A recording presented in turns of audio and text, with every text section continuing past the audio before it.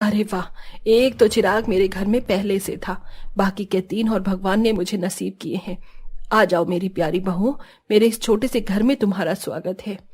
हिमानी बहू, चल अपनी तीनों देवरानियों की जरा आरती तो कर। जी माँ। हिमानी ने बड़ी ही खुशी खुशी अपना तीनों नई नवेली देवरानियों की आरती कर उनका गृह प्रवेश करवाया। लेकिन हिमानी ये नहीं जानती थी कि वो कौन सी आफतों को अपने घर में बुला रही है। नई बहुओं का पहला दिन तो कुछ इस तरह से बीत गया। तीनों ही हेमा की छोटी बहुएं अमीर घरानों से थीं, जो दहेज में अपनी हर तरह की सुविधा का सामान लेकर आई थीं। सिर्फ एक हिमानी ही गरीब परिवार से थी। नई बहुओं की शादी के लगभग एक हफ्ते बाद। अरे रीमा, तुम्हें माँ, आपने कमरे में क्या एसी चलाया हुआ है?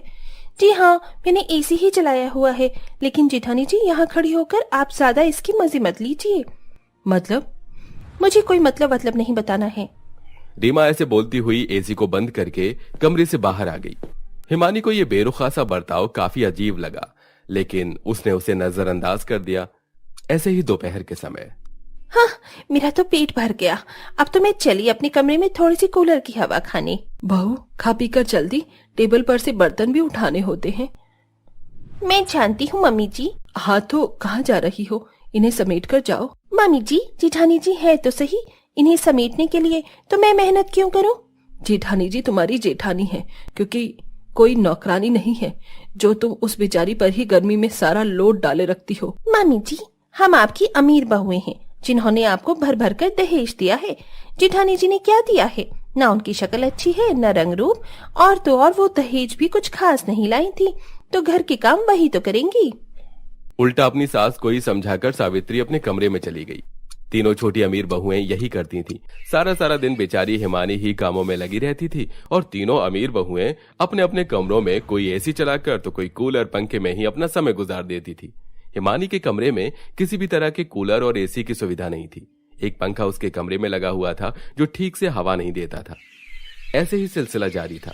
तीनों देवरानियां गर्मी में अपने कमरों में से निकलती भी नहीं थी और बेचारी हिमानी ही पागलों की तरह घर के सारे काम करती रहती। हिमानी, कहाँ जा रही हो? माँ जी, मैं खाना बनाने जा रही थी। तू खाना क्यों बनाएगी? सुबह से सारे काम तू ही कर रही है। तू घर की बड़ी बहू है, अपनी देवरानियों को बोल कि वो कोई काम देखें।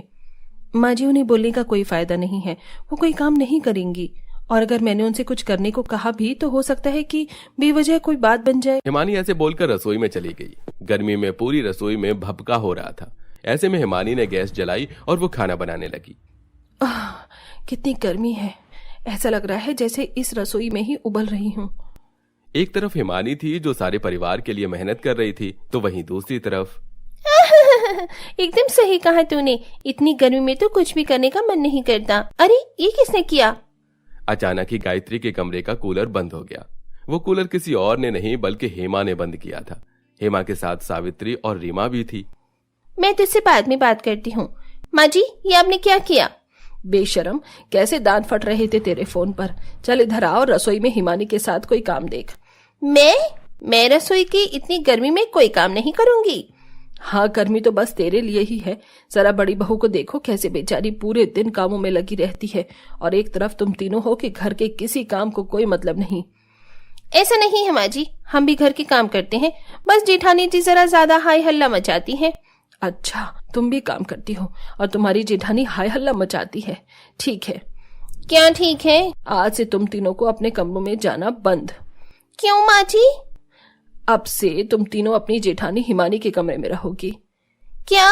लेकिन क्यों माँ जी? बस यही मेरा फैसला है, और अगर किसी को इससे दिक्कत है तो बाहर का दरवाजा यहीं सामने की तरफ है।